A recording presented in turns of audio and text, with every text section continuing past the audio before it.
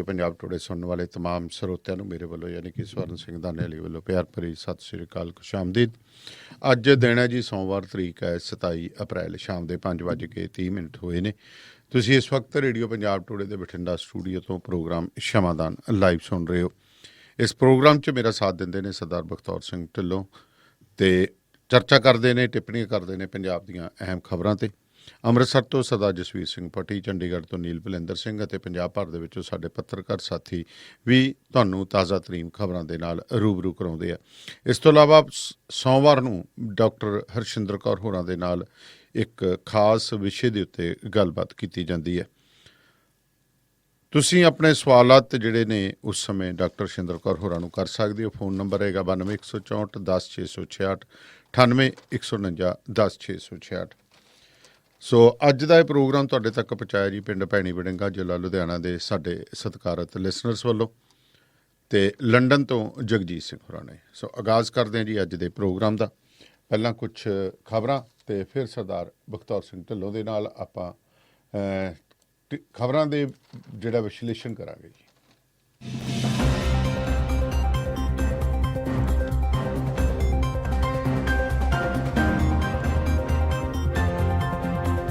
ਫਾਜ਼ਿਲਕਾ ਦੇ ਵਿੱਚ corona virus ਦੇ ਟੈਸਟਾਂ ਨੂੰ ਲੈ ਕੇ ਪੰਜਾਬ 'ਚ ਅੱਖ ਮੀਚੀ ਬੈਠਾ ਇਹ ਸ਼ਬਦ ਫਿਰੋਜ਼ਪੁਰ ਲੋਕ ਸਭਾ ਤੋਂ ਸੰਸਦ ਮੈਂਬਰ ਪੰਜਾਬ ਅਤੇ ਸਾਬਕਾ ਉਪ ਮੁੱਖ ਮੰਤਰੀ ਸੁਖਬੀਰ ਸਿੰਘ ਬਾਦਲ ਨੇ ਜ਼ਿਲ੍ਹੇ ਦੀ ਫੇਰੀ ਦੌਰਾਨ ਪੱਤਰਕਾਰਾਂ ਨਾਲ ਗੱਲਬਾਤ ਕਰਦੇ ਕਿਹਾ। ਉਹਨਾਂ ਕਿਹਾ ਕਿ 80% ਲੋਕ ਜਿਨ੍ਹਾਂ ਨੂੰ ਬਿਮਾਰੀ ਹੋ ਜਾਂਦੀ ਉਹਨਾਂ ਨੂੰ ਇਸ ਦਾ ਪਤਾ ਹੀ ਨਹੀਂ ਲੱਗਦਾ।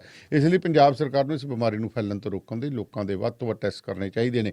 ਉਹਨਾਂ ਕਿਹਾ ਕਿ ਵਿਸ਼ਵ ਪੱਧਰੀ PPE ਕਿੱਟ ਪੰਜਾਬ ਦੇ ਫਗਵਾੜਾ 'ਚ ਬਣ ਰਹੀਆਂ ਨੇ ਅਤੇ ਇਸ ਨੂੰ ਲੈ ਕੇ WHO ਨੇ ਇਸ ਮਿੱਲ ਨੂੰ ਕੋਈ 5 ਮਿਲੀਅਨ ਕਿੱਟ ਦਾ ਆਰਡਰ ਕੀਤਾ ਹੈ। ਸਰਕਾਰ ਨੇ ਇਸ ਫੈਕਟਰੀ ਤੋਂ PPE ਕਿੱਟ ਖਰੀਦ ਕਰ ਲੈਣੀ ਚਾਹੀਦੀ ਹੈ। ਉਹਨਾਂ ਨੇ ਕਿਹਾ ਕਿ ਜਲਾਲਾਬਾਦ ਲਈ 20 ਲੱਖ ਦੀ ਕੀਮਤ ਵਾਲੀ ਮਸ਼ੀਨ ਕਰੋਨਾ ਵਾਇਰਸ ਟੈਸਟ ਲਈ ਦਿੱਤੀ ਗਈ ਹੈ, ਜਿਸ ਦੇ ਨਾਲ ਇਸ ਇਲਾਕੇ ਦੇ ਲੋਕਾਂ ਦੇ ਟੈਸਟ ਇੱਥੇ ਹੋਣਗੇ।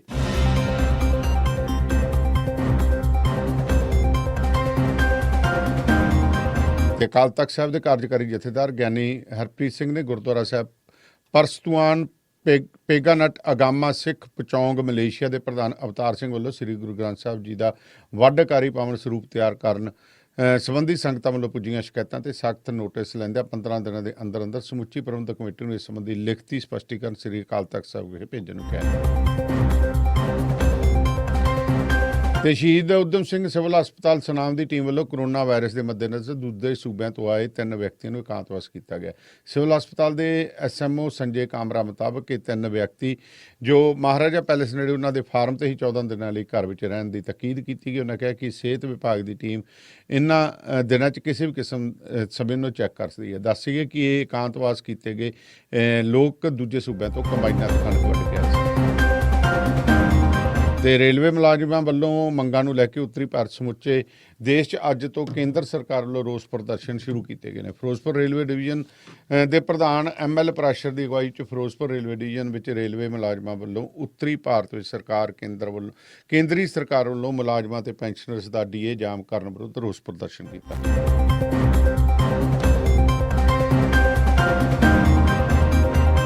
ਤੇ ਖਾਲਸਾ ਕਾਲਜ ਚੈਰੀਟੇਬਲ ਸੁਸਾਇਟੀ ਦੇ ਆਨਰੇਰੀ ਸਕੱਤਰ ਡਾਕਟਰ ਸਰਦਾਰ ਰਜਿੰਦਰ ਮੋਹਨ ਛੀਨਾ ਨੇ ਅੱਜ ਕਰੋਨਾ ਵਾਇਰਸ ਦੇ ਮੱਦੇਨਜ਼ਰ ਐਮਰਜੈਂਸੀ ਸੇਵਾ ਨਿਭਾਉਣ ਵਾਲੇ ਅਧਿਕਾਰੀ ਕਰਮਚਾਰੀਆਂ ਲਈ 20,000 ਮਾਸਕ, 2,000 ਸੈਨੇਟਾਈਜ਼ਰ ਜ਼ਿਲ੍ਹਾ ਡਿਪਟੀ ਕਮਿਸ਼ਨਰ ਸ਼ਿਵ ਦੁਲਾਰ ਸਿੰਘ ਢਿੱਲੋਂ ਅਤੇ ਕਮਿਸ਼ਨਰ ਪੁਲਿਸ ਨੂੰ ਸਪੁਰਦ ਕੀਤਾ।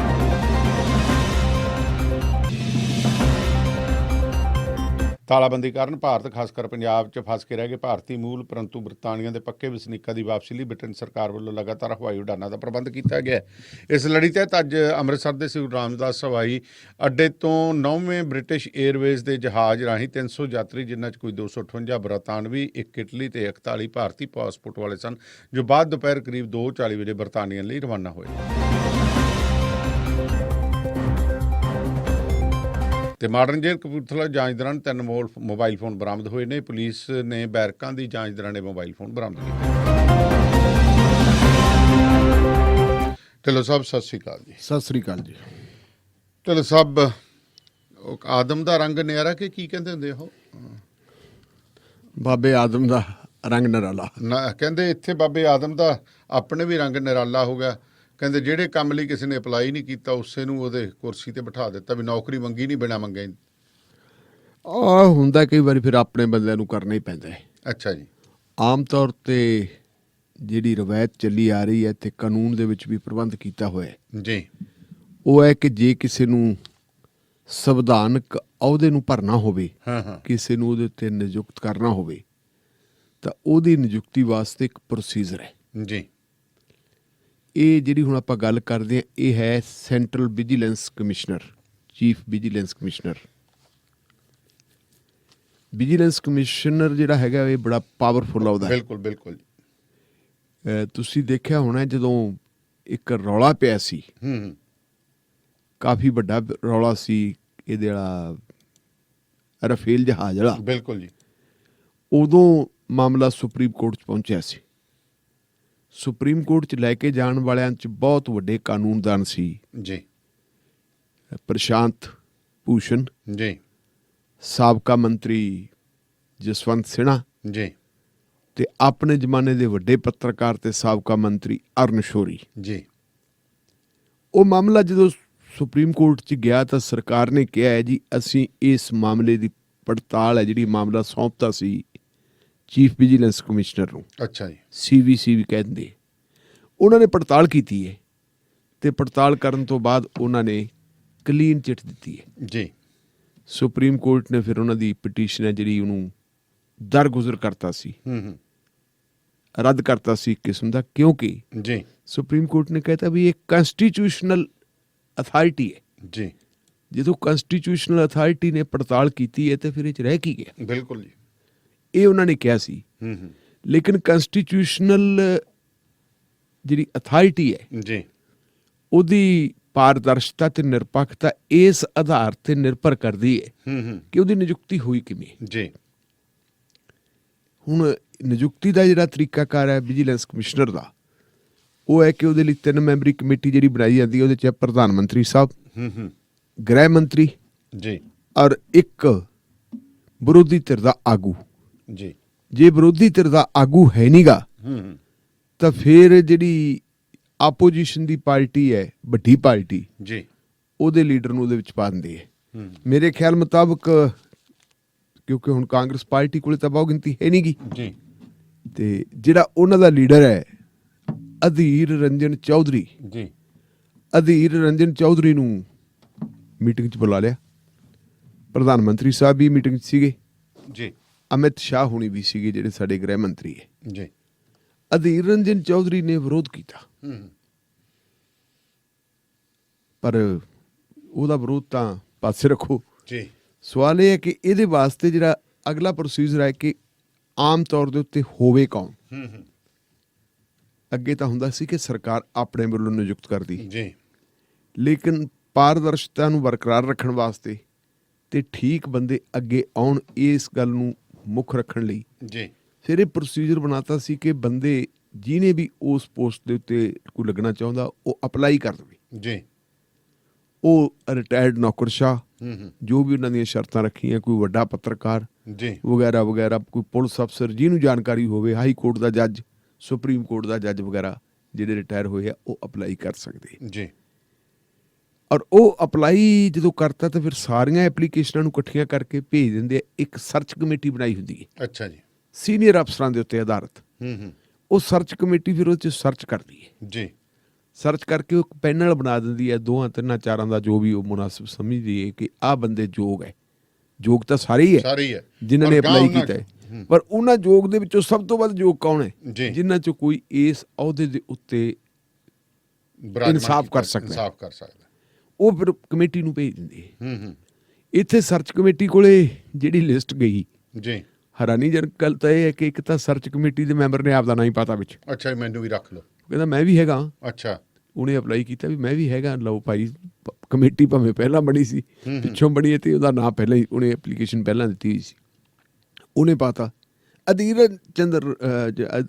ਰੰਜਨ ਚੌਧਰੀ ਜੀ ਕਾਂਗਰਸ ਦੇ ਲੀਡਰ ਨੇ ਵਿਰੋਧ ਕੀਤਾ ਹੂੰ ਕਿ ਜਿਹੜਾ ਬੰਦਾ ਸਰਚ ਕਮੇਟੀ ਜਾਏ ਜੇ ਉਹ ਆਪਦਾ ਨਾਂ ਪਾਈ ਜਾਂਦਾ ਤੇ ਦੱਸੋ ਫਿਰ ਤੇ ਫਿਰ ਸਰਚ ਕਮੇਟੀ ਦਾ ਕੀ ਕਾਹਦੀ ਰਹਿ ਰਹਿ ਗਈ, ਵੈਲਿਊ ਕੀ ਰਹਿ ਗਈ? ਇਹਦਾ ਇਸ ਕਰਕੇ ਤਾਂ ਜੀ ਵਿਚਾਰ ਹੀ ਨਾ ਕਰੋ, ਦੁਬਾਰਾ ਐਪਲੀਕੇਸ਼ਨ ਲੈ ਲਓ ਜਾਂ ਜੋ ਮਰਜ਼ੀ ਕਰੋ।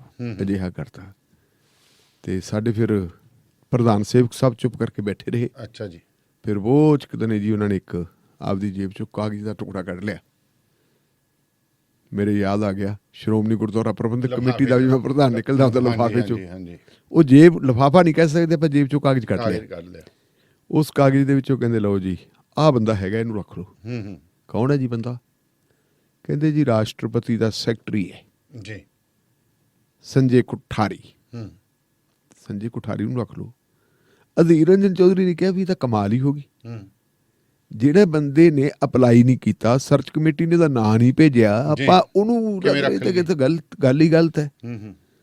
ਪਰ ਕਿਉਂਕਿ ਬਹੁ ਗਿਣਤੀ ਦਾ ਫੈਸਲਾ ਮੰਨਣਯੋਗ ਹੁੰਦਾ, ਉਹ ਕਹਿੰਦੇ ਜੀ ਅਸੀਂ ਤਾਂ ਕਰਤਾ, ਜਿਹੜਾ ਮਰਜ਼ੀ ਹੈ ਕਰ ਲਾ। ਅਧੀਰ ਰੰਜਨ ਚੌਧਰੀ ਨੇ ਆਪਦਾ ਪਰਨਾ ਚੱਕਿਆ, ਮੋਢੇ ਤੇ ਰੱਖਿਆ ਤੇ ਚੁੱਪ ਕਰਕੇ ਬਾਹਰ ਆ ਗਿਆ। ਤੇ ਇਹਨਾਂ ਨੇ ਜੀ ਹੁਣ ਉਹਨੂੰ ਸਿਲੈਕਸ਼ਨ ਵੀ ਦੇਤੀ ਤੇ ਕੱਲ ਉਹਨੂੰ ਬਕਾਇਦਾ ਸਹੁੰ ਵੀ ਚੁਕਾਤੀ ਰਾਸ਼ਟਰਪਤੀ ਭਵਨ 'ਚ। ਅੱਛਾ ਜੀ। ਤੇ ਬੰਦੇ ਦੀ ਅਹਿਮੀਅਤ ਲਾ ਲਓ ਤੁਸੀਂ ਕੀ ਹੈ ਵੀ ਸਹੁੰ ਚੁੱਕ ਸਮਾਗਮ, ਚਲੋ ਰਾਸ਼ਟਰਪਤੀ ਸਾਹਿਬ ਨੇ ਤਾਂ ਸਹੁੰ ਚੁਕਾਉਣੀ ਹੈ, ਚੁਕਾਉਣੀ ਹੈ। ਉਪ ਰਾਸ਼ਟਰਪਤੀ ਸਾਹਿਬ ਵੈਂਕਈਆ ਨਾਇਡੂ ਵੀ ਮੌਕੇ ਤੇ ਪਹੁੰਚੇ ਤੇ ਪ੍ਰਧਾਨ ਮੰਤਰੀ ਸਾਹਿਬ ਵੀ ਪਹੁੰਚੇ ਤੇ ਬਾਕੀ ਬੰਦੇ ਸਾਰੇ ਹੋਰ ਪਹੁੰਚੇ। ਅੱਛਾ, ਵੀ ਕਰੋਨਾ ਦੇ ਲਾਕਡਾਊਨ ਵਾਲੇ। ਹੁਣ ਇਹ ਗੱਲ ਵੀ ਅਧੀਰ ਰੰਜਨ ਆਪਣੇ ਜਿਹੜੇ ਇਹ ਤੁਹਾਡੇ ਸੰਜੇ ਕੁਠਾਰੀ ਸਾਹਿਬ ਹੈ ਕੌਣ? ਇਹ ਜੀ ਹਰਿਆਣਾ ਕਾਡਰ ਦੇ ਰਿਟਾਇਰਡ IAS ਅਫਸਰ ਹੈ। ਅੱਛਾ ਜੀ। ਤੇ ਇਹਨਾਂ ਨੂੰ ਫਿਰ ਲਾਤਾ ਸੀ ਰਾਸ਼ਟਰਪਤੀ ਸਾਹਿਬ ਦਾ ਸੈਕਟਰੀ।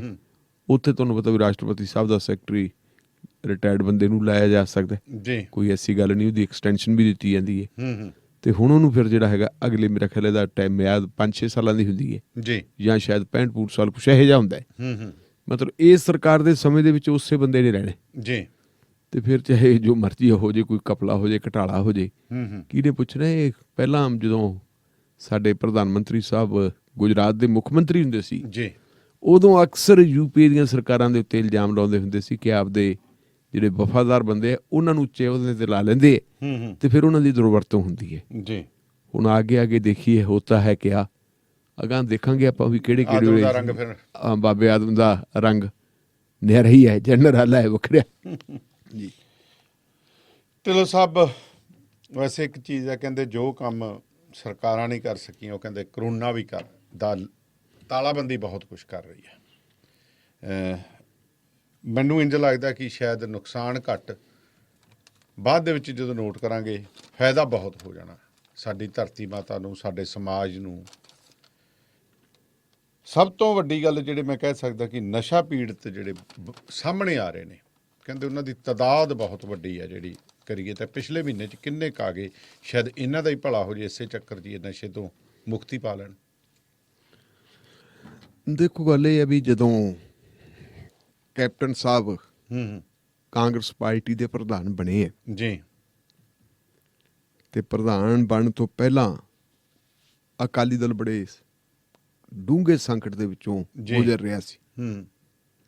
ਤੁਹਾਨੂੰ ਪਤਾ ਬਾਈਬਲ ਕਲਾਂ, ਬਰਗਾੜੀ ਜੀ, ਗੁਰੂ ਗ੍ਰੰਥ ਸਾਹਿਬ ਦੀ ਬੇਅਦਬੀ, ਡੇਰਾ ਮੁਖੀ ਦੀ ਮਾਫੀ ਜੀ, ਫਿਰ ਮਾਫੀ ਵਾਪਸ ਲੈਣਾ, ਇਹ ਜਿਹੜਾ ਘਟਨਾਕ੍ਰਮ ਸੀ ਸਾਰਾ, ਇਸ ਘਟਨਾਕ੍ਰਮ ਨੇ ਸਿੱਖ ਜਗਤ ਨੂੰ, ਆਮ ਪੰਜਾਬੀਆਂ ਨੂੰ ਸਰਕਾਰ ਪ੍ਰਤੀ ਬਹੁਤ ਜ਼ਿਆਦਾ ਨਿਰਾਸ਼ ਕਰਤਾ ਸੀ ਜੀ।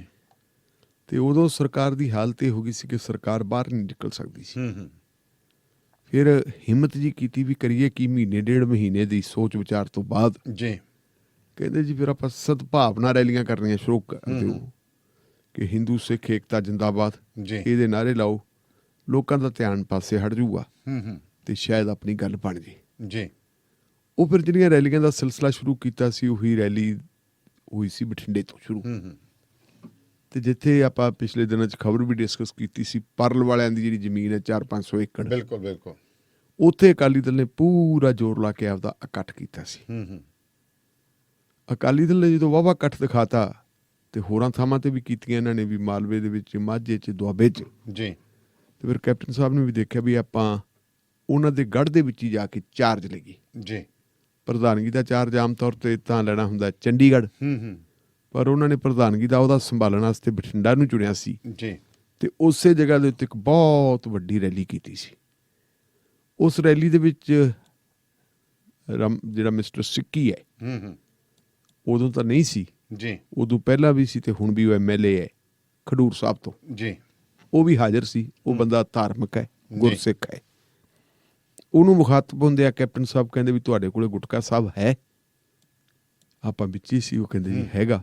ਲਿਆਓ। ਉਹਨੇ ਗੁਟਕਾ ਸਾਹਿਬ ਫੜਾਇਆ ਤੇ ਉਹਨੇ ਗੁਟਕਾ ਸਾਹਿਬ ਫੜ ਕੇ ਦਮਦਮਾ ਸਾਹਿਬ ਵੱਲ ਮੂੰਹ ਕਰਕੇ ਕਪਤਾਨ ਸਾਹਿਬ ਨੇ ਕਿਹਾ ਸੀ ਕਿ ਸਰਕਾਰ ਬਣਨ ਤੋਂ ਜੀ 4 ਹਫ਼ਤਿਆਂ ਦੇ ਵਿੱਚ ਅਸੀਂ ਜਿਹੜਾ ਹੈਗਾ ਇਹ ਨਸ਼ੇ ਵਾਲਾ ਜਿਹੜਾ ਲੱਕ ਤੋੜ ਕੇ ਰੱਖ ਦਿਆਂਗੇ। ਜੀ ਕੋਸ਼ਿਸ਼ ਕੀਤੀ ਪਰ ਲੱਕ ਟੁੱਟਿਆ ਨਹੀਂ, ਲੱਕ ਮਜ਼ਬੂਤ ਹੀ ਹੁੰਦਾ ਗਿਆ। ਪਰ ਇੱਕ ਕੋਸ਼ਿਸ਼ ਆਪਾਂ ਜ਼ਰੂਰ ਐਪਰੀਸ਼ੀਏਟ ਕਰਨ ਵਾਲੀ ਹੈ ਜੀ ਕਿ ਲਗਭਗ ਸਾਰੇ ਹੀ ਹਸਪਤਾਲਾਂ ਦੇ ਵਿੱਚ ਇਹਨਾਂ ਨੇ ਇੱਕ ਸੈਂਟਰ ਖੋਲ੍ਹਤੇ ਸੀ। ਪੰਜਾਬ ਦੇ ਵਿੱਚ 2 ਕਿਸਮ ਦੇ ਸੈਂਟਰ ਹੈ ਜਿਹੜੇ ਨਸ਼ਾ ਛੁਡਾਉਂਦੇ ਹੈ। ਜੀ ਇੱਕ ਹੈ ਨਸ਼ਾ ਛੁਡਾਊ ਕੇਂਦਰ। ਨਸ਼ਾ ਛੁਡਾਊ ਕੇਂਦਰ ਜਾਂ ਤਾਂ ਕਿਤੇ ਕਿਤੇ ਰੈੱਡ ਕਰਾਸ ਸੁਸਾਇਟੀਆਂ ਨੇ ਸ਼ੁਰੂ ਕੀਤੇ ਹੋਏ ਜੀ ਤੇ ਜਾਂ ਕੁਝ ਪ੍ਰਾਈਵੇਟ ਬੰਦਿਆਂ ਨੇ ਇਹ ਸ਼ੁਰੂਆਤ ਕੀਤੀ ਹੋਈ ਹੈ। ਲੇਕਿਨ ਸਰਕਾਰੀ ਹਸਪਤਾਲਾਂ ਦੇ ਵਿੱਚ ਜਿਹੜਾ ਹੈਗਾ ਕੋਈ ਖਾਸ ਪ੍ਰਬੰਧ ਨਹੀਂ ਸੀ। ਸੀਗਾ। ਇੱਥੇ ਫਿਰ ਇਹਨਾਂ ਨੇ ਇੱਕ ਨਵੇਂ ਸੈਂਟਰ ਖੋਲ੍ਹਤੇ ਨਸ਼ੇ ਵਾਸਤੇ ਨਰੋਲ। ਜੀ ਉਹਦਾ ਨਾਂ ਰੱਖਤਾ ਓਟ। ਜੀ ਮੇਰਾ ਖਿਆਲ ਹੈ ਕੋਈ 2-3 ਲਫ਼ਜ਼ਾਂ ਨੂੰ ਬਣਾ ਕੇ ਉਹ ਕਰਕੇ ਕੁਛ ਐਂ ਜੀ ਹਾਂ ਕੁਝ ਬਣਾਇਆ ਹੁਣ। ਓਟ ਕਹਿੰਦੇ ਉਹਨੂੰ, ਮਤਲਬ ਓਟ ਦੇ ਤੌਰ ਦੇ ਉੱਤੇ ਪੰਜਾਬੀ ਚੋਟ ਬਣ ਗਿਆ ਉਹਦਾ। ਪੰਜਾਬੀ ਚੋਟ ਬਣ ਗਿਆ।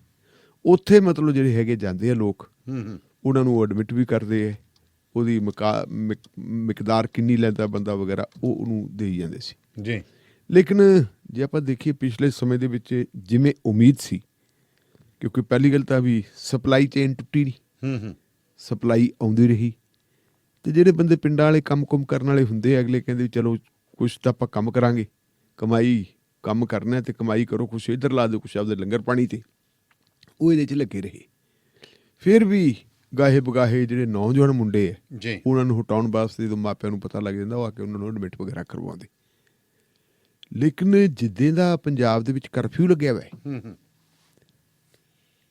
ਕਰੋਨਾ ਨੂੰ ਕੰਟਰੋਲ ਕਰਨ ਵਾਸਤੇ, ਜੀ ਕਰੋਨਾ ਵੀ ਖੈਰ ਕਿਸੇ ਹੱਦ ਤੱਕ ਕੰਟਰੋਲ ਹੋਇਆ ਹੈ, ਜੀ ਲੇਕਿਨ ਕਰੋਨਾ ਨਾਲੋਂ ਵੱਧ ਕੰਟਰੋਲ ਵਾਲੇ ਪਾਸੇ ਜਿਹੜੀ ਨੂੰ ਗੱਲ ਜਾਂਦੀ ਹੈ ਨਾ, ਆਪ ਮੁਹਾਰਾ ਕੰਟਰੋਲ, ਉਹ ਬਹੁਤ ਤਕੜੀ ਉਹ ਨਸ਼ਿਆਂ ਵਾਲੀ ਗੱਲ ਹੈ। ਉਹ ਇੱਕ ਨੂੰ ਆਪ ਮੁਹਾਰਾ ਕਹਾਂਗੇ। ਇਹਦੇ 'ਚ 2-3 ਗੱਲਾਂ ਆਪਾਂ ਖਬਰ ਪਹਿਲਾਂ ਵੀ ਡਿਸਕਸ ਕੀਤੀ ਸੀ ਵੀ ਇੱਕ ਤਾਂ ਸਰਹੱਦਾਂ ਦੇ ਉੱਤੇ ਸਖਤ ਪਹਿਰੇ ਹੈ। ਜੀ ਦੂਜਾ ਜਿਹੜਾ ਹੈਗਾ ਪਿੰਡਾਂ ਦੇ ਵਿੱਚ ਲੋਕ ਬੜੇ ਸੁਚੇਤ ਹੋਏ ਹੈ, ਉਹਨਾਂ ਨੇ ਵੀ ਆਪਣੇ ਪੱਧਰ ਤੇ ਪਹਿਰੇ ਸ਼ੁਰੂ ਕੀਤੇ ਹੈ। ਜੀ ਤੇ ਇਹ ਗੱਲ ਇੱਕ ਵਰਣਨਯੋਗ ਹੈ ਕਿ ਜਦੋਂ ਮੁਸੀਬਤ ਪੈਂਦੀ ਹੈ ਨਾ, ਮੁਸੀਬਤ ਵੇਲੇ ਆਪਾਂ ਧੜੇ ਬੰਦੀਆਂ ਪਾਰਟੀਬਾਜ਼ੀ ਸਾਰੀ ਭੁੱਲ ਜਾਂਦੇ ਹੁੰਦੇ ਹਾਂ। ਜੀ ਬਿਲਕੁਲ ਭੁੱਲ ਉਦੋਂ ਇਹ ਹੁੰਦਾ ਵੀ ਸਾਰੇ ਯਾਰ ਸਾਡੇ ਇਹੀ ਇੱਕ ਬਹੁਤ ਵੱਡੀ ਉਹ ਚੀਜ਼, ਬਸ ਇਹ ਸਾਡੀ ਕੁਆਲਿਟੀ ਹੈ। ਮੁਸੀਬਤ ਲੋਕਾਂ ਜਾਗੇ ਲੀਡਰ ਭੁੱਲਣ ਨਾ ਭੁੱਲਣ, ਲੀਡਰਾਂ ਦੀ ਤਾਂ ਗੱਲ ਹੀ ਛੱਡੋ, ਆਪਾਂ ਲੋਕਾਂ ਦੀ ਗੱਲ ਕਰਦੇ। ਸਾਡੀ ਪੰਜਾਬੀਆਂ ਦੀ ਕੁਆਲਿਟੀ ਹੈ ਵੀ ਜੇ ਮੁਸੀਬਤ ਪੈ ਜੇ, ਜੀ ਬੰਦਾ ਤੁਹਾਡਾ ਕਿੱਡਾ ਹੀ ਦੁਸ਼ਮਣ ਹੋਵੇ, ਉਹਦੇ ਤੇ ਕਿਸੇ ਕਿਸਮ ਦੀ ਮੁਸੀਬਤ ਪੈ ਜੇ, ਕੋਈ ਬੈਡ ਹੈਪਨਿੰਗ ਹੋ ਜੇ, ਉਹਦੇ ਨਾਲ ਹਮਦਰਦੀ ਹੋ ਜਾਂਦੀ ਹੈ। ਜੀ ਜਿਸ ਬੰਦੇ ਨੂੰ ਸਾਰਾ ਪਿੰਡ ਕੋਸਦਾ ਹੁੰਦਾ ਹੈ, ਜਦੋਂ ਬੰਦਾ ਅਕਾਲ ਚਲਾਣਾ ਕਰ ਜਾਂਦਾ ਹੈ, ਉਹ ਤੋਂ ਬਾਅਦ ਫਿਰ ਜਿਹੜੇ ਉਹਦੇ ਮਾੜੇ ਕੰਮ ਆ ਉਹਨਾਂ ਨੂੰ ਕੋਈ ਸ਼ੋਧਾ ਨਹੀਂ। ਮਤਲਬ ਲੈ ਕੇ ਉਹਦੇ ਸ਼ਮਸ਼ਾਨ ਘਾਟ ਤੋਂ ਜਦੋਂ ਸੰਸਕਾਰ ਹੁੰਦਾ ਹੈ, ਭੋਗ ਪੈਣ ਵੇਲੇ ਤੱਕ, ਅੰਤਮ ਅਰਦਾਸ ਵੇਲੇ ਤੱਕ ਵੀ ਬੰਦੇ ਦੇ ਵਿੱਚ ਯਾਰ ਫਲਾਨਾ ਗੁਣ ਸੀ, ਉਹਦੇ ਗੁਣਾਂ ਨੂੰ ਫਿਰ ਆਪਾਂ ਚੰਗੇ ਗੁਣ ਕੱਢਣ ਲੱਗ ਪਏ, ਉਹਦੇ ਉਭਾਰਨਾ ਸ਼ੁਰੂ ਕਰਦੇ ਹਾਂ। ਔਗੁਣਾਂ ਦੀ ਬਜਾਏ ਗੁਣਾਂ ਨੂੰ ਉਭਾਰਨਾ ਸ਼ੁਰੂ ਕਰਦੇ ਨੇ। ਜੀ ਇਵੇਂ ਜਿਵੇਂ ਜਦੋਂ ਮਨੁੱਖਤਾ ਦੇ ਉੱਤੇ ਮੁਸੀਬਤ ਪੈਂਦੀ ਹੈ ਤੇ ਉਦੋਂ ਫਿਰ ਸਾਰੇ ਲੋਕ ਇਕੱਠੇ ਹੋ ਜਾਂਦੇ।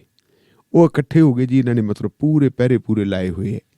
ਗਾਹੇ ਵਗਾਹੇ ਹਟਦੇ ਤਾਂ ਹੈ ਨਹੀਂ ਬੰਦੇ। ਉਹ ਕੁਛ ਜਿਹੜੀਆਂ ਪੁਲਿਸ ਦੇ ਵਿੱਚ ਕਾਲੀਆਂ ਭੇਡਾਂ ਉਹ ਵੀ ਰਲ ਜਾਂਦੀਆਂ ਨਾਲ। ਜੀ ਪਿਛਲੇ ਦਿਨਾਂ ਦੇ ਵਿੱਚ ਇਹੋ ਜਿਹਾ ਕੁਛ ਦੇਖਿਆ, ਜੇ ਫੜੇ ਗਏ ਆ ਕੁਛ ਪੁਲਿਸ ਵਾਲੇ, ਆਪਾਂ ਇਹ ਨਹੀਂ ਕਹਿ ਸਕਦੇ ਵੀ ਉਹ ਇਕੱਲੇ ਪੁਲਿਸ ਵਾਲਿਆਂ ਨੇ ਫੜ ਲਏ। ਉਹ ਲੋਕਾਂ ਨੇ ਫੜ ਕੇ, ਲੋਕਾਂ ਦੇ ਸਹਿਯੋਗ ਦੇ ਨਾਲ ਉਹਨਾਂ ਨੂੰ ਫੜ ਕੇ ਬੰਦ ਕੀਤਾ। ਜੀ ਹੁਣ ਜਿਹੜੇ ਅੰਕੜੇ ਆ ਰਹੇ ਹੈ, ਉਹ ਅੰਕੜੇ ਬੜੇ ਮਤਲਬ ਜਿਹੜੇ ਹੈਗੇ ਆਪਾਂ ਕਹਿ ਸਕਦੇ ਹਾਂ ਹੌਸਲਾ ਵਧਾਊ ਤਾਂ ਨਹੀਂ ਮੈਂ ਉਹਨਾਂ ਨੂੰ ਕਹੂੰਗਾ, ਜੀ ਜੀ ਕਿਉਂਕਿ ਬਿਮਾਰੀ ਤਾਂ ਬਰਾਬਰ ਜੇ ਬਰਕਰਾਰ ਹੈ, ਬਿਲਕੁਲ, ਲੇਕਿਨ ਤਸੱਲੀ ਬਖਸ਼ ਹੈ। ਉਹਦੇ ਨਾਲ ਤਸੱਲੀ ਹੁੰਦੀ ਹੈ ਕਿ ਇਹਦੇ ਤੇ ਕੰਟਰੋਲ ਕੀਤਾ ਜਾ ਸਕਦਾ ਹੈ। ਕਿਉਂਕਿ ਜੇ ਅੱਜ ਬੰਦੇ ਲੱਗ ਗਏ ਤੇ ਕੱਲ ਨੂੰ ਜਦੋਂ ਓਪਨ ਹੋਣਾ ਜੀ, ਜੇ ਤਾਂ ਘਰਦਿਆਂ ਨੇ, ਸਮਾਜ ਨੇ ਜਾਂ ਉਹਨਾਂ ਦੀ ਵਿਲ ਪਾਵਰ ਨੇ ਜੀ ਉਹਨਾਂ ਨੂੰ ਸਾਬਤ ਕਦਮੀ ਖੜੇ ਰਹਿਣ ਦਿੱਤਾ, ਫਿਰ ਤਾਂ ਭਲਾ ਹੋ ਜਾਊਗਾ।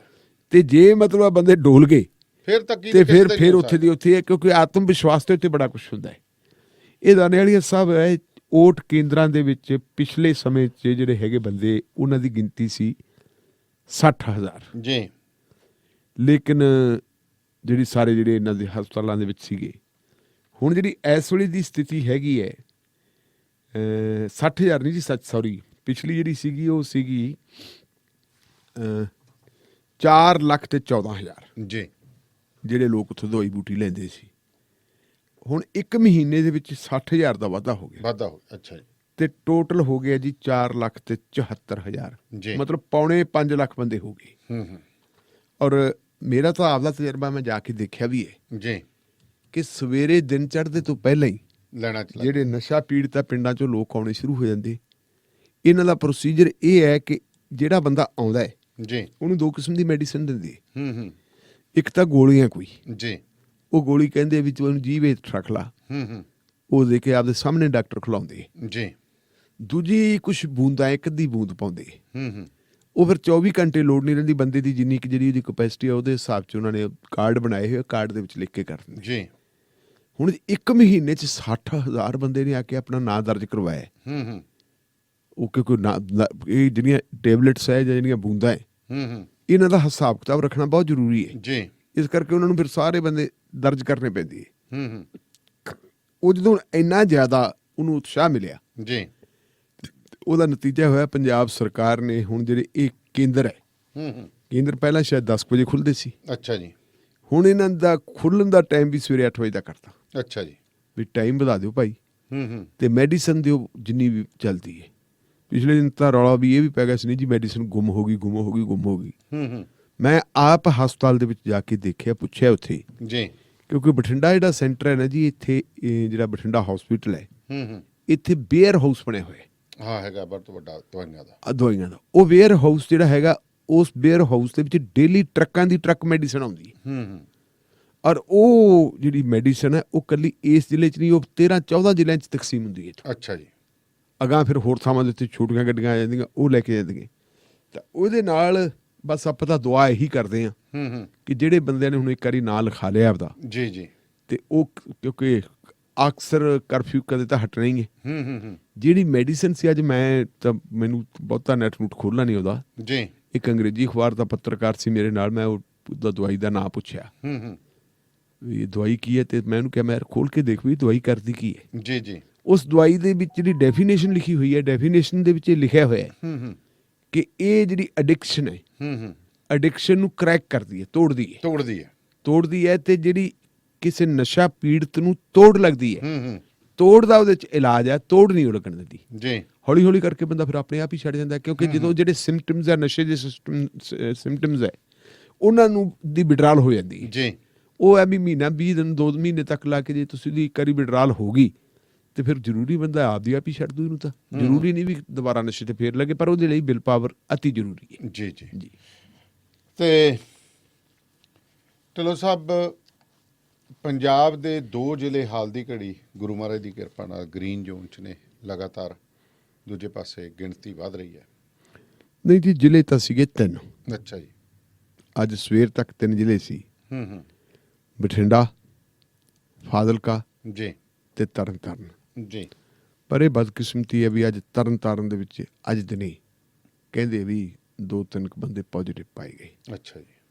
ਇਹਦਾ ਮਤਲਬ ਹੈ ਵੀ ਜਿਹੜੀ ਸਾਡੀ ਇੱਕ ਵੱਡੀ ਪ੍ਰਾਪਤੀ ਸੀ, ਉਹਨੂੰ ਖਤਰਾ ਪੈਦਾ ਹੋ ਗਿਆ। ਤਰਨਤਾਰਨ ਜਿਹੜਾ ਬਚਿਆ ਹੋਇਆ ਸੀ, ਉਹ ਵੀ ਪੀੜਤ ਹੋ ਗਏ।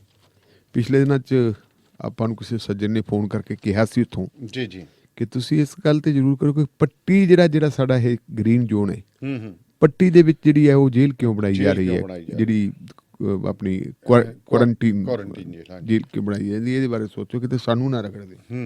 ਪਰ ਉਹ ਗੱਲ ਉਹੀ ਹੋ ਗਈ ਹੈ।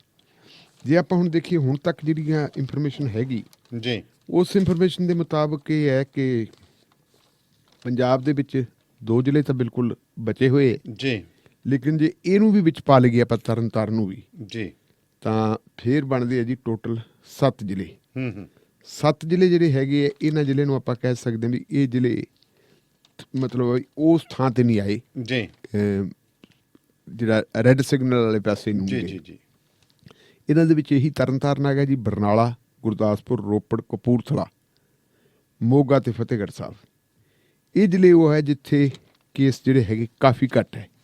ਮਤਲਬ ਇਹਨਾਂ ਨੂੰ ਆਪਾਂ ਕਹਿ ਸਕਦੇ ਹਾਂ ਵੀ ਇਹ ਡੇਂਜਰ ਜ਼ੋਨ 'ਚ ਹੈ, ਡੇਂਜਰ ਜ਼ੋਨ 'ਚ ਜੀ, ਰੁਕਿਆ ਜਾ ਸਕਦਾ। ਇੱਕ ਅਗਲਾ ਜਿਹੜਾ ਹੈਗਾ ਜੀ, ਉਹ ਹੈਗਾ ਅਗਲਾ ਸਟੈਪ ਹੈ, ਉਹਨੂੰ ਕਹਿੰਦੇ ਆ ਹੌਟ ਸਪੌਟ, ਜਿਹੜਾ ਸਿਖਰਲਾ। ਹਾਂ, ਹੌਟ ਸਪੌਟ ਦੇ ਵਿੱਚ ਜਿਹੜੇ ਹੈਗੇ ਆ ਜੀ, ਉਹ ਗਿਣਤੀ ਜਿਹੜੀ ਹੈਗੀ 15 ਤੋਂ ਉੱਪਰ ਲੈ ਕੇ ਜੀ 10 ਤੋਂ ਉੱਪਰ ਜਿਹੜੇ ਹੋ ਜਾਂਦੇ ਹੌਟ ਸਪੌਟ 'ਚ, ਉਹ ਆ ਜਾਂਦੇ ਤੇ ਜਿੰਨੇ ਮਰਜ਼ੀ ਜਾਣ।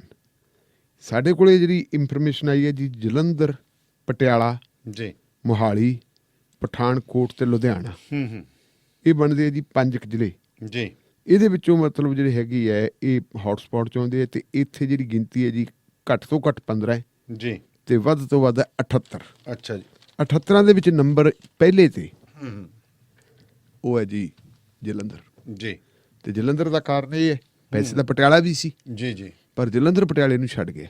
ਪਟਿਆਲੇ 'ਚ ਤਾਂ ਜ਼ਿਆਦਾਤਰ ਮਤਲਬ ਜਿਹੜਾ ਹੈ ਪਟਿਆਲਾ ਲੋਕਲ ਦੇ ਵਿੱਚ ਆ ਗਏ ਸੀ, ਕੁਛ ਤਾਂ ਜਿਹੜਾ ਲੰਗਰ ਵੰਡਣ ਵਾਲੇ ਤੋਂ ਸ਼ੁਰੂ ਹੋਇਆ ਸੀ, ਹਾਂਜੀ। ਕਿਤਾਬਾਂ ਵਾਲੀ ਦੁਕਾਨ ਕਿਤਾਬਾਂ ਵਾਲੀ ਦੁਕਾਨ ਤੋਂ। ਤੇ ਇੱਧਰ ਫਿਰ ਰਾਜਪੁਰੇ ਦੇ ਵਿੱਚ ਆ ਗਿਆ ਸੀ ਹੁੱਕਾ ਹੁੱਕਾ ਪਾਰਟੀ। ਹੁੱਕਾ ਬਾਰ ਪਾਰਟੀ ਜਿਹੜੀ ਚ ਹੁੰਦੀ ਹੈ ਹੁੱਕਾ ਬਾਰਾਂ ਵਾਲੀ, ਉੱਥੇ ਆ ਗਿਆ ਸੀ। ਤੇ ਉਹਨੂੰ ਦੱਸਦੇ ਆ ਵੀ ਇਸ ਵੇਲੇ ਜਿਹੜਾ ਬਫਰ ਡਿਸਟ੍ਰਿਕਟ ਆਪਣਾ ਸ਼ਹਿਰ ਡਿਕਲੇਅਰ ਕੀਤਾ ਹੋਇਆ ਜੀ। ਬਫਰ ਦਾ ਮਤਲਬ ਹੈ ਕਿ ਨਾ ਬੰਦਾ ਉੱਥੇ ਵੜੂਗਾ ਤੇ ਨਾ ਨਿਕਲੂਗਾ, ਉਹ ਜਾਮ ਕੀਤਾ ਹੋਇਆ। ਉੱਥੇ ਵੀ ਅੱਜ ਇੱਕ ਡੈਥ ਵੀ ਹੋਈ ਹੈ ਇੱਕ ਬਜ਼ੁਰਗਨੀ ਦੀ।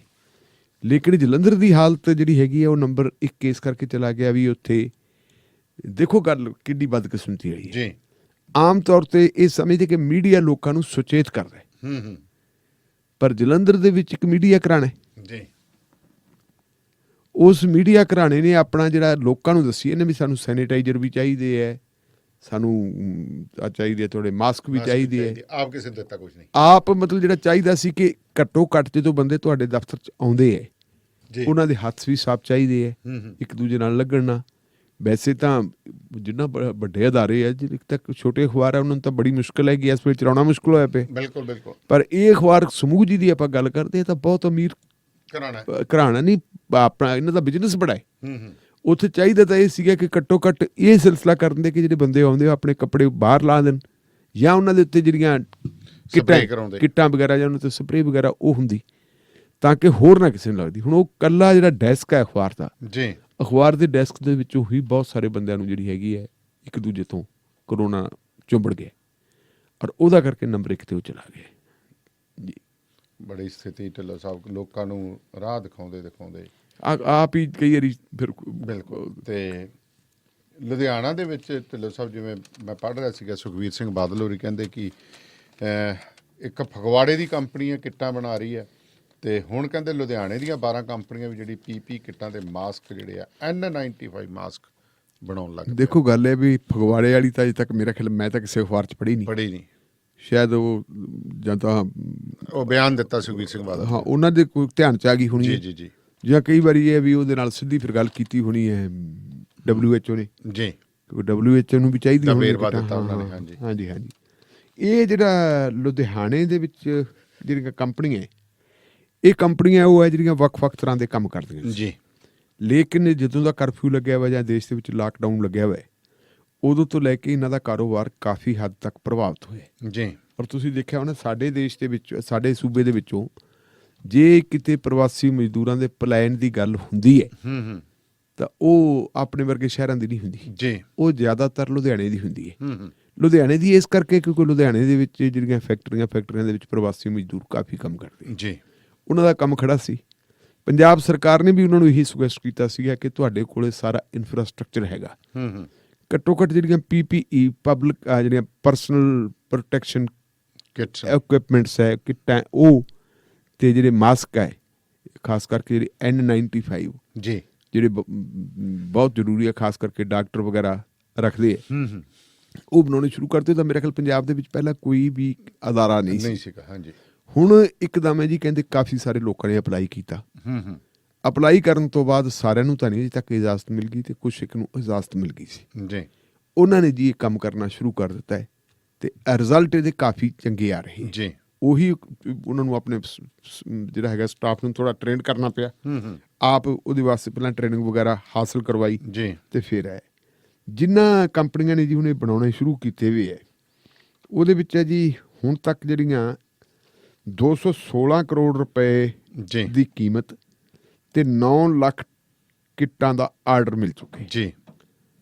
ਤੇ 3 ਕੰਪਨੀਆਂ ਜਿਨ੍ਹਾਂ ਨੇ ਜੀ N95 ਮਾਸਕ ਬਣਾਉਣੇ ਹੈ ਪ੍ਰਵਾਨਗੀ ਮਿਲੀ ਹੈ ਉਹ ਤਿੰਨਾਂ ਦੇ ਵਿੱਚੋਂ 100 ਤੋਂ ਵੱਧ ਨੇ ਕੀਤਾ ਸੀ ਅਪਲਾਈ ਲੇਕਿਨ 3 ਨੂੰ ਮਿਲਿਆ ਹੋਇਆ ਜੀ। ਤੇ ਜਿਹੜੀਆਂ ਇਹ 9 ਲੱਖ ਕਿੱਟਾਂ ਤਿਆਰ ਕਰਨ ਦੇ ਆਰਡਰ ਜਿਨ੍ਹਾਂ ਨੂੰ ਮਿਲੇ ਹੋਏ ਹੈ 216 ਕਰੋੜ ਰੁਪਏ ਦਾ ਜੇ ਆਪਾਂ ਸਾਰਾ ਦੇਖ ਲਈਏ ਇਹਦੇ ਵਿੱਚ ਆਉਂਦਾ ਜੀ ਸ਼ੰਗੋਰਾ ਜੀ ਟੈਕਸਟਾਈਲ ਲਿਮਟਿਡ ਕੁੱਡੂ ਨਿੱਟ ਪ੍ਰੋਸੈਸ ਤੇ Swami textile Shiva textile ਐਵਰਸ਼ਾਈਨ Impex, ਜੀ ਯੰਗ ਮੈਨ, ਆਇਰਿਸ਼ ਨਿਟਵੇਅਰਸ, ਜੀ ਸਵੈਨ ਇੰਡਸਟਰੀਜ਼, ਹੂੰ ਗ੍ਰੈਂਡਵੇ ਇੰਕਾਪਰੇਟਡ ਜੀ ਜੀ ਤੇ US&W ਠੀਕ ਹੈ ਜੀ ਤੇ ਅਬਨਵ ਇੰਪੈਕਸ।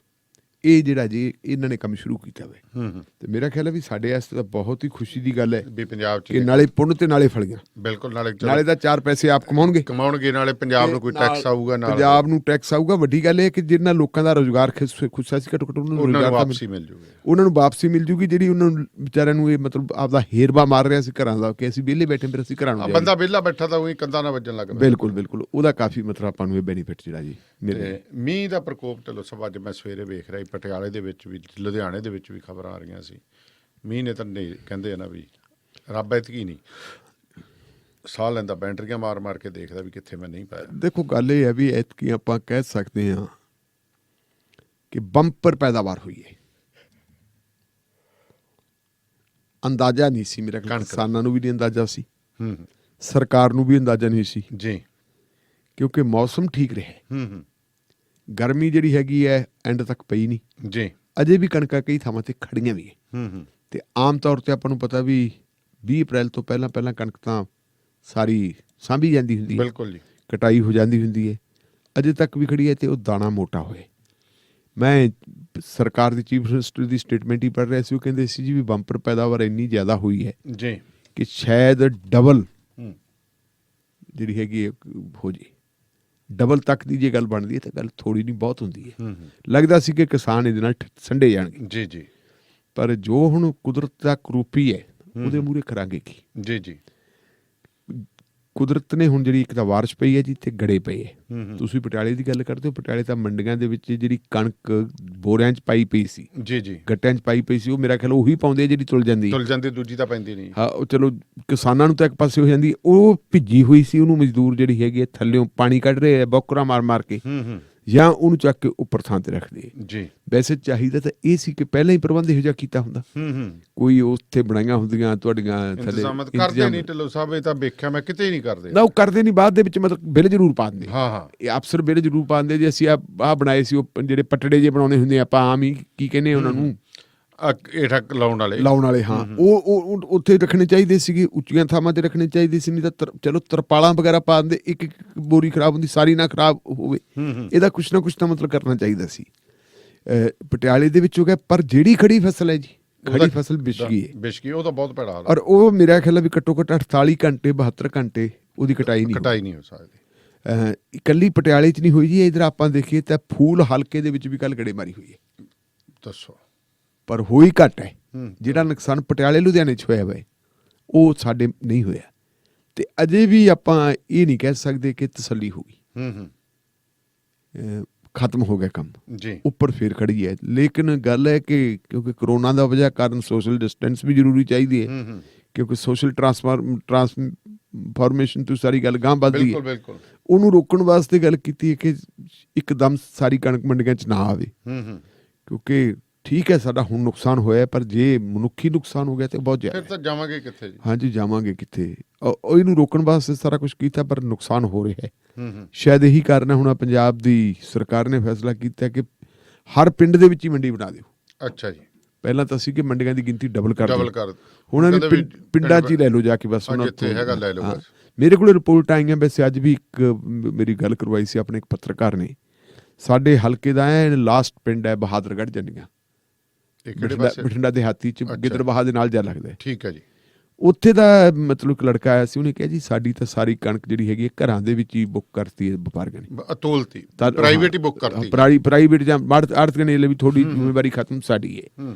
ਇਦਾਂ ਹੀ ਕੱਲ ਆਪਣਾ ਮੁੰਡਾ ਉਹੀ ਜਿਹਦੀ ਜ਼ਮੀਨ ਨੂੰ ਬਚਾਉਣ ਵਾਸਤੇ ਆਪਾਂ ਜਦੋਜਹਿਦ ਕੀਤੀ ਸੀ, ਇਟਲੀ ਵਾਲਾ, ਉਹਨੇ ਵੀ ਮੈਨੂੰ ਦੱਸਿਆ, ਕਹਿੰਦਾ ਜੀ ਮੇਰੀ ਤਾਂ ਮਤਲਬ ਜਿਹੜੀ ਹੈਗੀ ਆੜ੍ਹਤੀਆਂ ਨਾਲ ਹੀ ਗੱਲ ਹੋ ਗਈ, ਉਹ ਕਹਿੰਦੇ ਅਸੀਂ ਸਾਰੀ ਲੈ ਲਵਾਂਗੇ। ਉਹ ਕਈ ਵਾਰੀ ਨਾ ਲੋੜ ਕਾਰਡ ਦੀ ਮਾਂ ਬਣ ਜਾਂਦੀ ਹੈ ਜੀ, ਕਰਨਾ ਸ਼ੁਰੂ ਕਰ ਦਿੱਤਾ ਹੈ। ਵੈਸੇ ਆੜ੍ਹਤੀਆਂ ਨੇ ਆਪਣੇ ਲੈਵਲ ਤੇ ਵੀ ਚਲੋ ਉਹਨਾਂ ਨੂੰ ਵੀ 4 ਰੁਪਏ ਬਚਣਗੇ ਬਿਲਕੁਲ ਜੀ, ਜੇ ਸਾਰਾ ਕੁਝ ਹੁੰਦਾ ਹੈ। ਤੇ ਬਸ ਹੁਣ ਤਾਂ ਆਪਾਂ ਤਾਂ ਇਹੀ ਦੁਆ ਕਰਦੇ ਹਾਂ ਕਿ ਕਣਕ ਛੇਤੀ ਚੁੱਕੀ ਜਾਵੇ, ਕਿਉਂਕਿ ਜੇ ਜ਼ਿਮੀਂਦਾਰਾਂ ਦੀ ਭਾਵੇਂ ਬੋਰਿਆਂ 'ਚ ਪੈ ਗਈ ਹੈ ਜੀ, ਸਰਕਾਰ ਕੋਲ ਜਿਹੜਾ ਨੁਕਸਾਨ ਤਾਂ ਫਿਰ ਵੀ ਲੋਕਾਂ ਦਾ ਹੀ ਹੋਣਾ ਜੀ। ਸਰਕਾਰੀ ਖਜ਼ਾਨੇ ਨੂੰ ਨੁਕਸਾਨ ਪੈਂਦਾ ਹੈ ਤਾਂ ਉਹ ਵੀ ਲੋਕਾਂ ਨੂੰ ਪੈਣਾ। ਉਹ ਦੁਆ ਕਰਦੇ ਹਾਂ ਜੀ, ਮਤਲਬ ਵੀ ਜਿਹੜੇ ਅਗਲੇ ਦਿਨ ਸੁੱਖੀ ਸਾਂਦੀ ਉਹ ਜੀ। ਟੱਪ ਜਾਣ। ਹੂੰ। ਕਿਤੇ ਇਹ ਨਾ ਹੋਵੇ ਕਿ ਅਗਲੇ ਦਿਨਾਂ ਦੇ ਵਿੱਚ ਹੋਰ ਵੀ ਜ਼ਿਆਦਾ ਚਲੋ ਸਦਮ ਸਾਹਿਬ, ਆਪਾਂ ਨਸ਼ੇ ਦੀ ਗੱਲ ਕਰ ਰਹੇ ਸੀ ਨਾ, ਹਾਂਜੀ ਹੁਣੇ ਖਬਰ ਆਈ ਹੈ ਪਟਿਆਲੇ ਤੋਂ। ਜੀ। ਐਸਐਸਪੀ ਬੰਦੀਪ ਸਿੰਘ ਨੇ ਇੱਕ ਥਾਣੇਦਾਰ ਤੇ ਇੱਕ ਕਾਂਸਟੇਬਲ ਨੂੰ ਨਸ਼ਾ ਤਸਕਰਾਂ ਤੋਂ ਪੈਸੇ ਲੈ ਕੇ ਉਹਨਾਂ ਨੂੰ ਛੱਡਣ ਦੇ ਮਾਮਲੇ 'ਚ ਦੋਵਾਂ ਨੂੰ ਨੌਕਰੀ ਤੋਂ ਬਰਖਾਸਤ ਕਰ ਦਿੱਤਾ, ਬਹੁਤ ਵਧੀਆ ਕੀਤਾ। ਡਿਸਮਿਸ ਕਰਤਾ, ਨਾ, ਸਸਪੈਂਡ ਹੀ ਨਹੀਂ ਕੀਤਾ, ਘਰੇ ਤੌਰ ਤੇ। ਹਾਂ ਠੀਕ ਹੈ ਠੀਕ ਹੈ। ਇੱਕ ਦਾ ਜਿਵੇਂ ਪਹਿਲਾਂ ਉਹ ਤੋਰਿਆ ਸੀ ਹੁਸ਼ਿਆਰਪੁਰ ਵਾਲਾ, ਜਿਹੜਾ ਸਬਜ਼ੀ ਲੈਣ ਗਏ ਡੀਜੀਪੀ ਨੇ ਉਹ ਡੀਜੀਪੀ ਨੇ ਤੋਰਤਾ ਤੋਰਤਾ, ਇੱਧਰ ਇਹ ਤੋਰਤਾ ਹੈ ਜੀ। ਇਹ ਕੰਮ ਜਿਹੜਾ ਹੈ, ਇਹ ਦੱਸਿਆ ਕਿ ਇਹਨਾਂ ਦੇ ਕਮਰੇ ਦੇ ਵਿੱਚੋਂ ਵੀ 15 ਕਿਲੋ ਭੁੱਕੀ, 250 ਗ੍ਰਾਮ ਚਰਸ, 5 ਗ੍ਰਾਮ ਹੈਰੋਇਨ, 1 ਕੈਨੀ ਪਲਾਸਟਿਕ ਦੀ, 30 ਬੋਤਲਾਂ ਠੇਕਾ ਸ਼ਰਾਬ ਦੇਸੀ, ਉਹ ਵੀ ਬਰਾਮਦ ਕੀਤੀ। ਸਾਰਾ ਕੁਝ ਰੱਖੀ ਬੈਠੇ ਸੀ ਵੀ ਹਾਂ, ਜਿਵੇਂ ਹਾਂ। ਉਹ ਫਿਰ ਫਿੱਟ ਵੀ ਕਰਦੇ ਹੋਣਗੇ ਨਾ, ਬਿਲਕੁਲ, ਜਿਹੜਾ ਪੈਸਾ ਧੇਲਾ ਨਹੀਂ ਦਿੰਦਾ ਹੋਣਾ ਹਾਂ ਨਹੀਂ ਦਿੰਦਾ ਹੋਣਾ ਕੁਝ ਫਿਰ ਨਾ ਉਹ ਤੇ ਕੁਝ ਫਿੱਟ ਵੀ ਕਰਦੇ ਕਰਦੇ। ਅਸਲ ਦੇ ਵਿੱਚ ਦਾਨੇ ਵਾਲੀ ਸਾਹਿਬ, ਮੈਂ ਇਹਦੇ 'ਚ ਤੁਹਾਡੀ ਗੱਲ ਦੇ ਵਿੱਚ ਵਾਧਾ ਕਰਦਾ ਹੋਇਆ ਇਹ ਕਹਿਣਾ ਕਿ ਇਹ ਜਿਹੜੀ ਜੇ ਆਪਾਂ ਸਫਾਈ ਕਰੀਏ ਨਾ ਘਰ ਦੀ, ਜਿੰਨਾ ਮਰਜ਼ੀ ਇਹ ਵਿਹੜਾ ਸਾਫ਼ ਕਰੀ ਜਾਓ, ਦਰਵਾਜ਼ਾ ਸਾਫ਼ ਕਰੀ ਜਾਓ, ਜਦੋਂ ਉੱਪਰੋਂ ਡਿੱਗਣਾ ਸਮਾਨ, ਹੂੰ। ਇਹ ਸਫਾਈ ਜੇ ਕਰਨੀ ਤਾਂ ਉੱਪਰੋਂ ਸ਼ੁਰੂ ਹੁੰਦੀ, ਛੱਤ ਤੋਂ ਹੋਣੀ ਚਾਹੀਦੀ, ਬਨੇਰਿਆਂ ਤੋਂ ਸ਼ੁਰੂ ਹੁੰਦੀ ਹੈ।